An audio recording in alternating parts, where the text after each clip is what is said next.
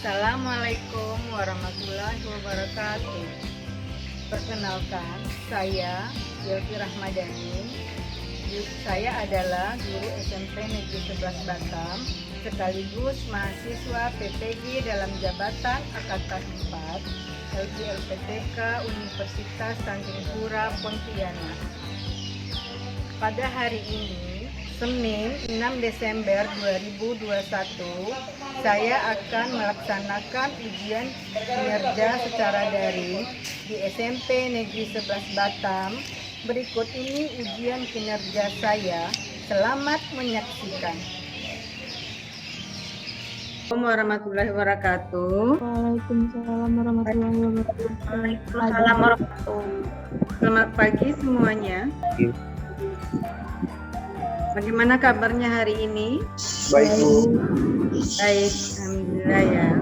Sebelum kita mulai pelajaran kita pada pagi ini, ada baiknya kita berdoa dulu. Ketua kelas, tolong pimpin doanya. Sebelum kita memulai pelajaran pada pagi hari ini, sebaiknya kita berdoa menurut agama dan kepercayaan kita masing-masing. Berdoa dimulai. Berdoa selesai. Ibu akan memutarkan lagu Indonesia Raya. Kalian cukup mendengarkan ya.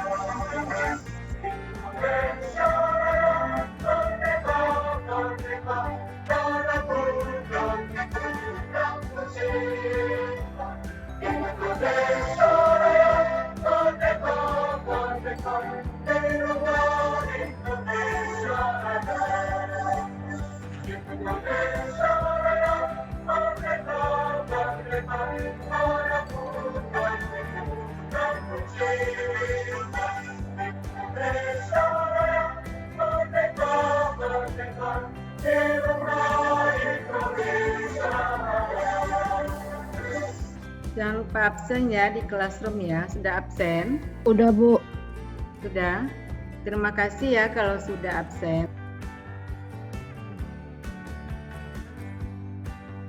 Pada pertemuan minggu lalu, kita telah mempelajari tentang tujuan teks diskusi. Apakah anak-anak Ibu masih ingat apa itu tujuan teks diskusi? Ada yang masih ingat? Silakan Farah. Tujuan teks diskusi adalah untuk menyampaikan pendapat pada pembahasan suatu isu sampai mendapatkan kesepakatan dari kedua pihak yang berdiskusi.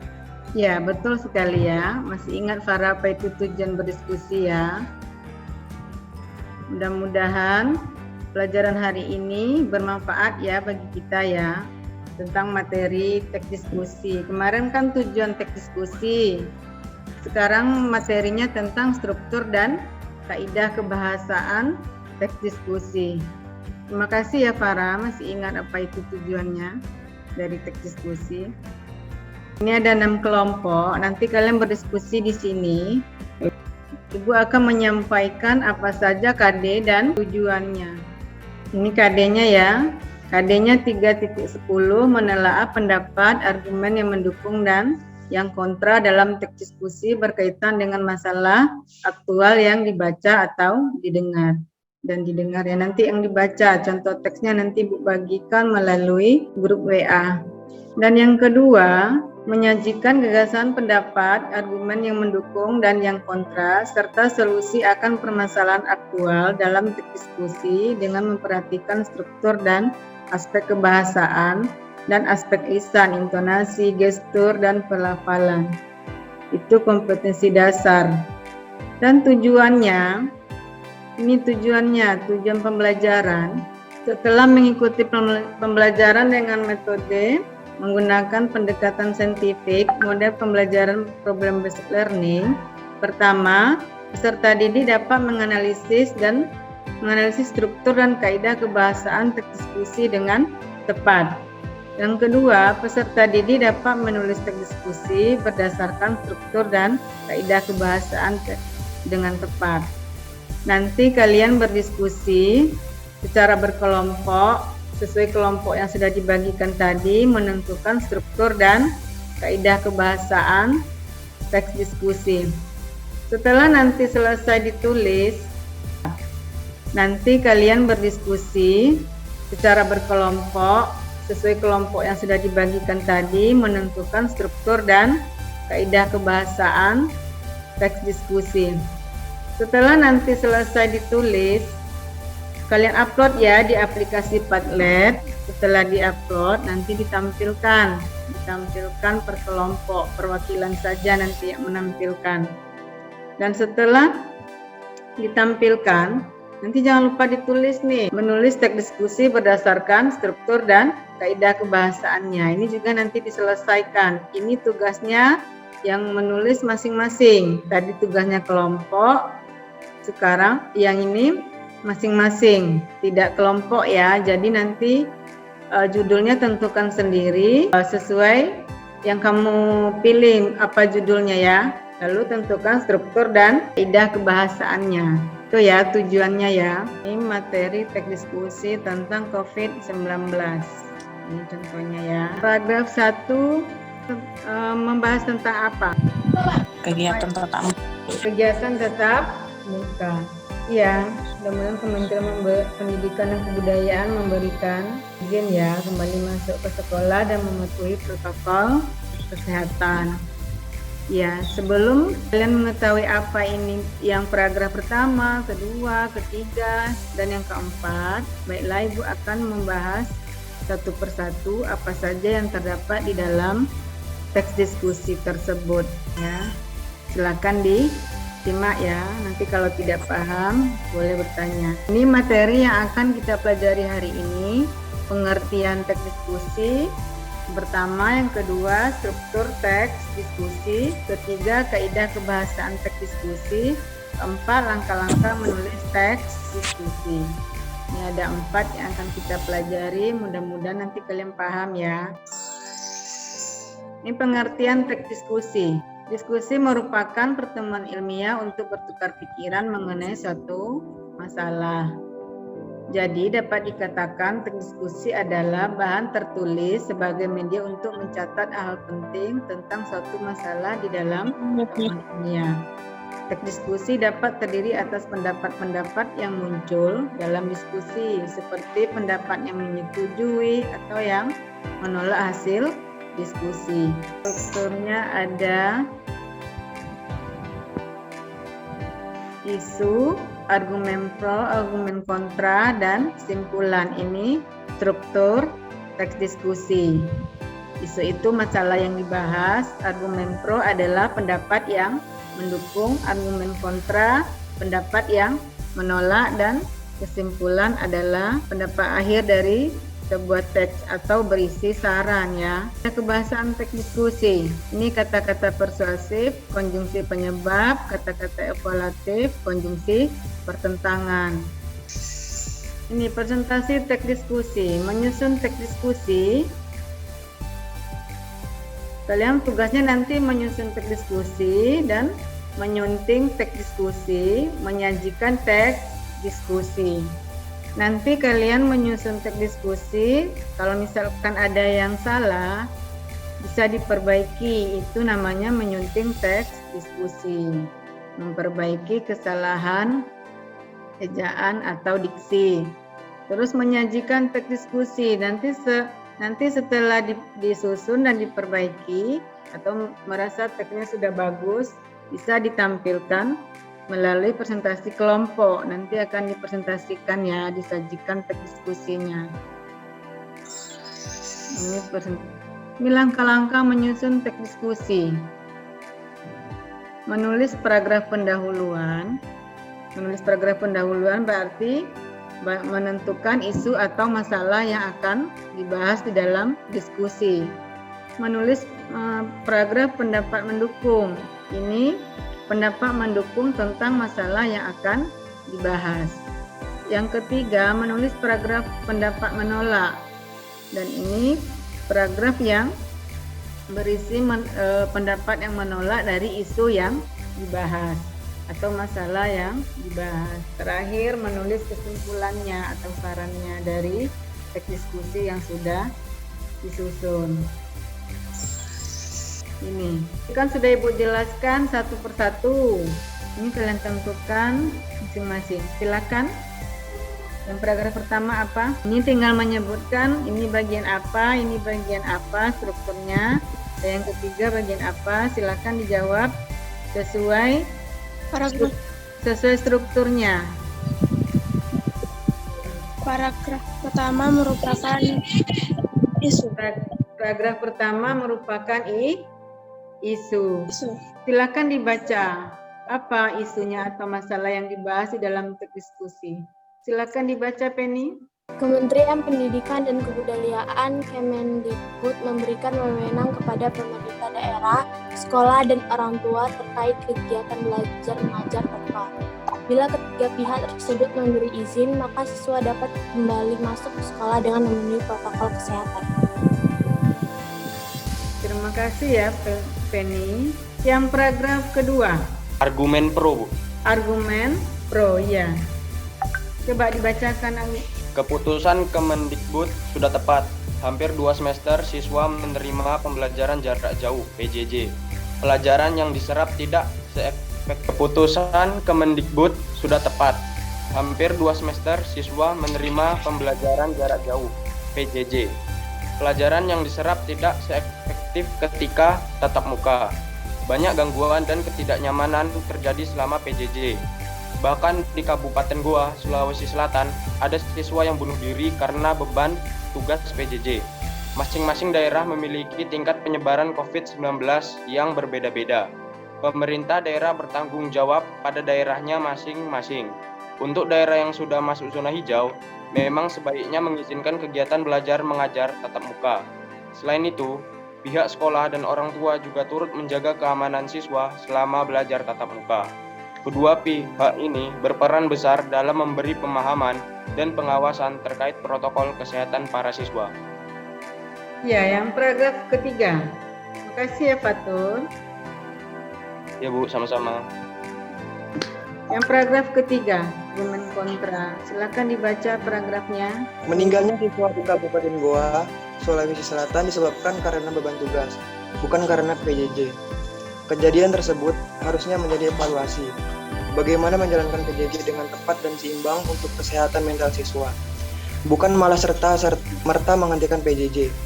Negara kita tidak menjamin tes massal, pelacakan riwayat korban, penangguhan transportasi zona hijau, dan mengikuti protokol.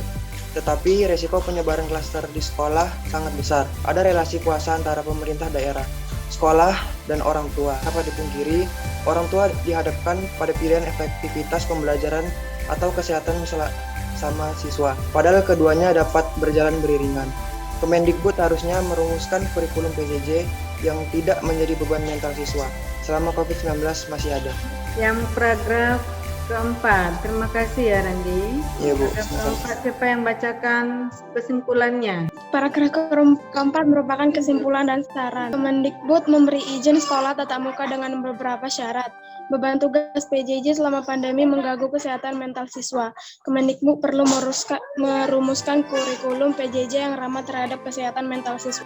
Terima kasih ya, Farah. Dan yang kaidah kebahasaannya. Kaidah kebahasaannya silakan disebutkan. Siapa yang mau membacakan kalimat kaidah kebahasaannya? Yang kalimat persuasif, kalimat evaluatif, konjungsi penyebab, dan konjungsi pertentangan. Coba yang pertama. Pesannya apa ini? Kalau kata kuncinya ada perlu. Persuasif, Bu. Kalimat persuasif. Betul sekali ya. Bagus ya. Kalimat evaluatif ditandai dengan kata kunci apa? Tepat. Sudah? tepat. Ini kata kunci kalimat evaluatif atau kata evaluatif ya, nilai ya. Coba apalagi yang mau bacakan? Triana, coba Triana yang kalimat evaluatif dibacakan di paragraf kedua. Keputusan Kemendikbud sudah tepat. Hampir 2 semester siswa menerima pembelajaran jarak jauh atau PJJ. Pelajaran yang diserap tidak seefektif ketika tatap muka. Banyak gangguan dan ketidaknyamanan terjadi selama PJJ. Bahkan di Kabupaten Goa, Sulawesi Selatan, ada siswa yang bunuh diri karena beban tugas PJJ. Masing-masing daerah memiliki tingkatan penyebaran COVID-19 yang berbeda-beda. Pemerintah daerah bertanggung jawab pada daerahnya masing-masing. Untuk daerah yang sudah masuk zona hijau, memang sebaiknya mengizinkan kegiatan belajar mengajar tatap muka. Selain itu, pihak sekolah dan orang tua juga turut menjaga keamanan siswa selama belajar tatap muka.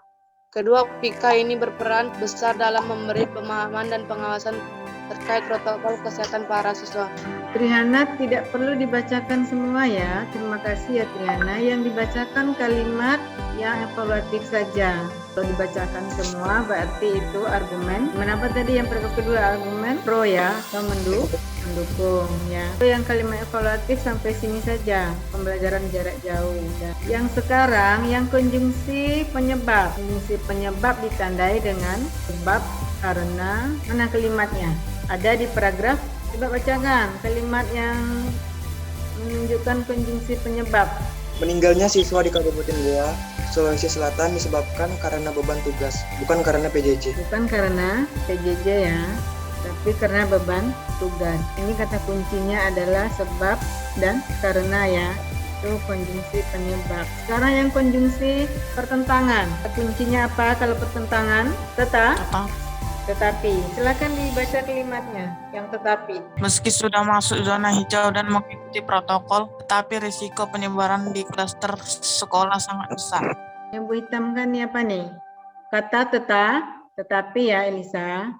Konjungsi pertentangan. Terima kasih ya Elisa. Dari penjelasan tadi dan beberapa jawaban dari teman-teman kalian, ada yang tidak paham? Kalau tidak paham silakan bertanya. Saya belum paham tentang menentukan struktur dan kaidah kebahasaan teks diskusi. Strukturnya isu, argumen pro, argumen menentang, dan kesimpulan. Kalau kaidah kebahasaannya juga ada 4. Apa saja kaidah kebahasaannya? Kalimat persuasif, evaluatif, konjungsi penyebab, dan konjungsi pertentangan. Ada 4 juga ya. Itu ya Naya, strukturnya 4 dan kaidah kebahasaannya juga 4. Sudah paham Naya? Sudah Bu? Sudah, kalau sudah paham silakan dibaca contoh. Nih. Ini contoh teks diskusinya. Ada terlihat? Terlihat ya? Ini yang teks diskusinya. Ini secara berkelompok. Ini penilaian ada di sini. Silakan dilihat masing-masing ya. Bagaimana diskusi kelompoknya? Ada yang kesulitan? Kalau tidak ada, silakan dilanjutkan ya.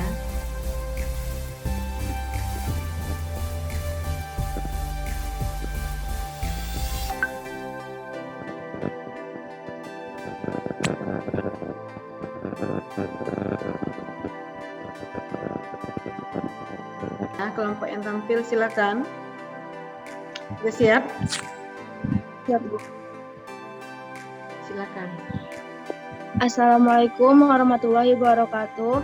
Kami dari kelompok 3 yang akan membacakan struktur dan kaidah kebahasaan teks diskusi bahayakah mengonsumsi junk food.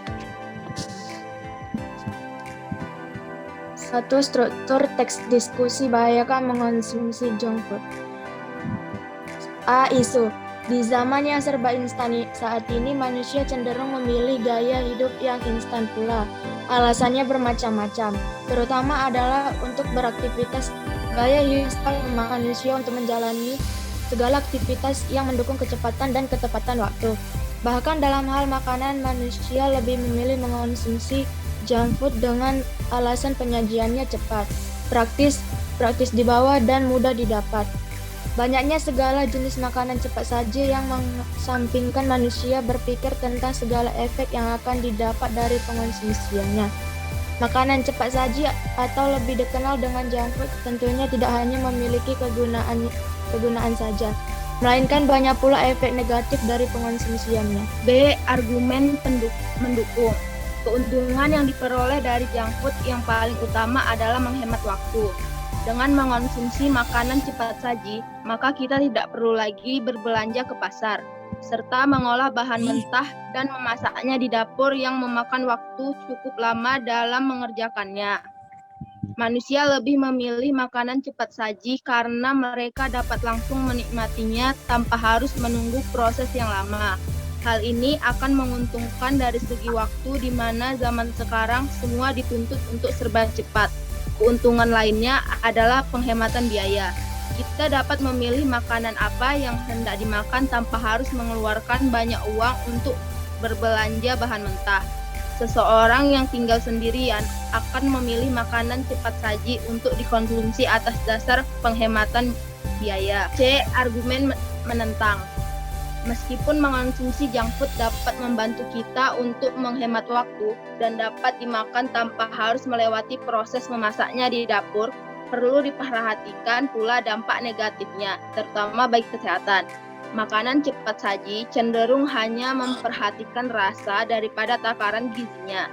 Bahkan kebanyakan makanan cepat saji memiliki jumlah kalori, lemak, dan garam yang tinggi ketimbang kandungan gizi dari sayur mayur. Hal ini akan mengakibatkan berbagai macam penyakit jika terlalu banyak mengonsumsi makanan cepat saji. Berbagai macam penyakit yang sering ditemukan adalah kolesterol, tekanan darah tinggi, bahkan kanker, serta masih banyak penyakit lainnya. Hal ini menyebabkan makanan cepat saji lebih banyak memiliki dampak negatif bagi kesehatan tubuh.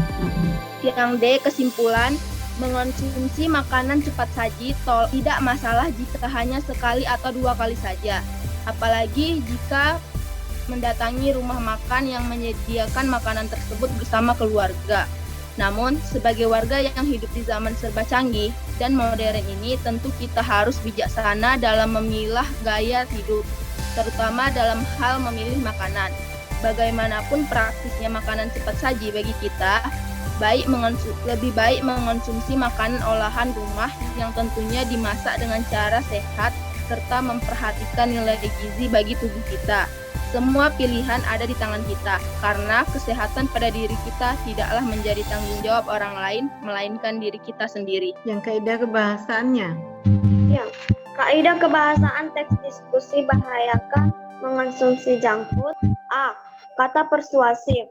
Meskipun mengonsumsi junk food dapat membantu kita untuk menghemat waktu dan dapat dimakan tanpa harus melewati proses memasaknya di dapur, perlu diperhatikan pula dampak negatifnya terutama bagi kesehatan. D.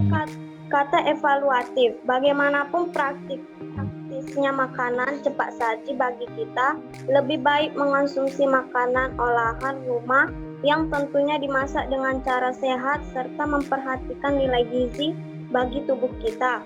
Konjungsi penyebab. Manusia lebih memilih makanan cepat saji karena mereka dapat langsung menikmati tanpa harus menunggu proses yang lama. D. Konjungsi pertentangan.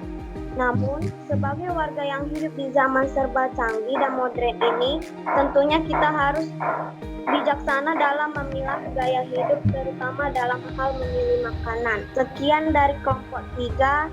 Maaf jika ada salah kata. Terima kasih. Terima kasih ya kelompok 3 sudah menampilkan hasil diskusinya tentang struktur dan kaidah kebahasaan teks diskusi. Bagaimana penampilan kelompok tadi? Bagaimana penampilannya? Penampilan kelompok 3 sudah bagus. Sudah bagus. Struktur dan kebahasaannya lengkap. Struktur dan kaidah kebahasannya sudah dijelaskan secara lengkap ya. Juga sudah dikomentari ya penampilannya sudah bagus. Dan ya, Untuk kelompok yang tampil nilainya 100 ya. Terima kasih ya yang sudah tampil. Dan yang terakhir, sekarang kita simpulkan ya. Sebelum nanti kalian mengerjakan kuisis, kita simpulkan apa saja materi yang sudah kita pelajari hari ini. Silakan disimpulkan. Silakan James. Strukturnya ada 4, yaitu isu, argumen pro, argumen kontra, sama simpulan. Misalnya ada 4 juga, yaitu kata persuasif, kata evaluatif, sama konjungsi penyebab, sama fungsi pertentangan. Ya, terima kasih ya James sudah menyebutkan apa itu struktur dan kaidah pembahasannya. James sudah paham? Sudah, Bu. Sudah paham ya. Yang lain bagaimana? Sudah paham? Sudah? Kalau Bu. sudah paham, berarti sudah siap untuk mengerjakan kuisis. Sudah, Bu. Sudah? Tetap semangat ya. Ya, Bu. Bu. Hebat.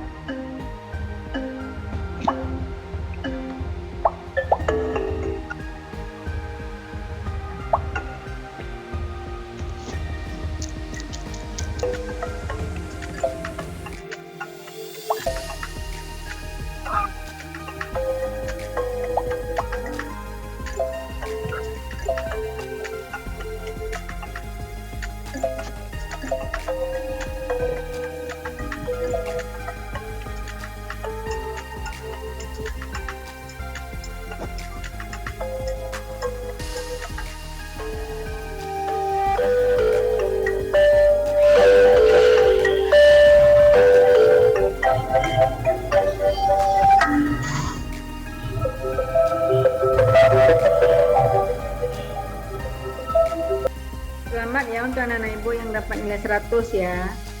Yang nilainya belum 100, tingkatkan lagi belajarnya. Semoga untuk ulangan dan tugas berikutnya dapat nilai yang bagus dan dapat nilai yang 100 ya.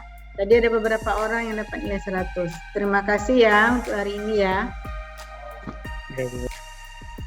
Silakan dipimpin doanya untuk mengakhiri pertemuan kita hari ini. Silakan Pak Tur. Untuk mengakhiri pembelajaran hari ini, marilah kita berdoa menurut agama dan kepercayaan masing-masing. Berdoa dimulai. Terima kasih ya untuk pertemuan hari ini ya. Ucapkan Assalamualaikum warahmatullahi wabarakatuh. Waalaikumsalam warahmatullahi wabarakatuh. Waalaikumsalam warahmatullahi wabarakatuh. Terima kasih banyak ya. Ya, Untuk hari ini ya. Terima kasih, Bu. Ya, makasih ya. Silakan boleh keluar.